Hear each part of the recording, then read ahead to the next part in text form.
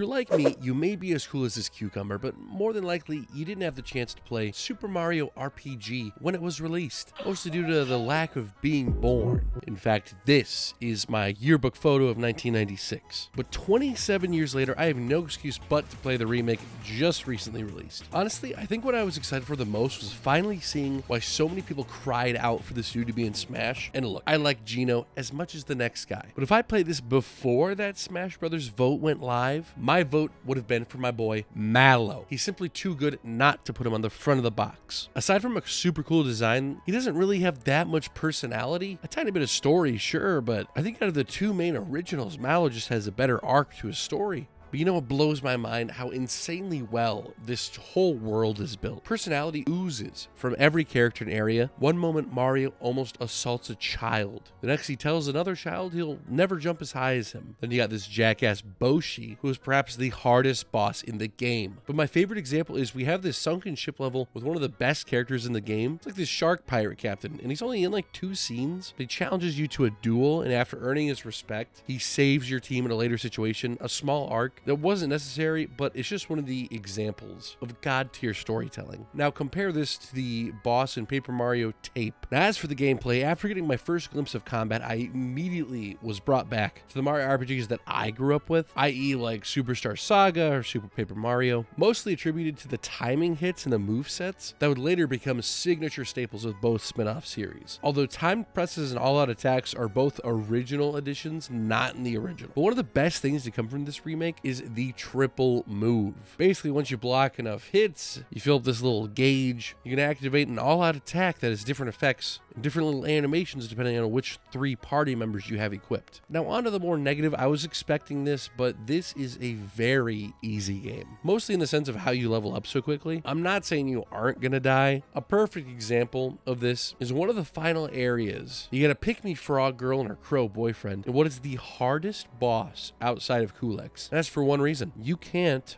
block shit. I don't mind undodgeable moves, especially in a game where you can block. But when 90% of her attacks are planet-tearing waves of unblockable doom, I can't help but think this boss could have used some retooling. But aside from that, if you know how to cheese an RPG, even battles like the final boss just end super quickly. As soon as I got Mario, Geno, and Peach, there really was no need to use any other characters. I think this is where the remake falters a bit. It's a terrific shot-by-shot recreation of the original, but the original is not a perfect game. A terrific, fun, and well-written one for sure. But with a lot of 90s jank comes through the cracks as a result of the dedication to making it spot on. Even little things like not being able to use items in the pause menu during battles and certain controls feeling outdated end up holding this game back from a perfect score. Now I will give them credit where it's due. There is more content here in the form of an after story consisting of a rematch against old bosses. But after that, the game only runs around 13 hours if you decide to do every single side quest. The remake of Super Mario RPG is a super solid game with incredible moments, fun battles, and iconic characters, but its easy difficulty, 90s jank, and short runtime hold it back from being worth its full price. Legend of the Seven Stars gets 4 Mallows out of 5.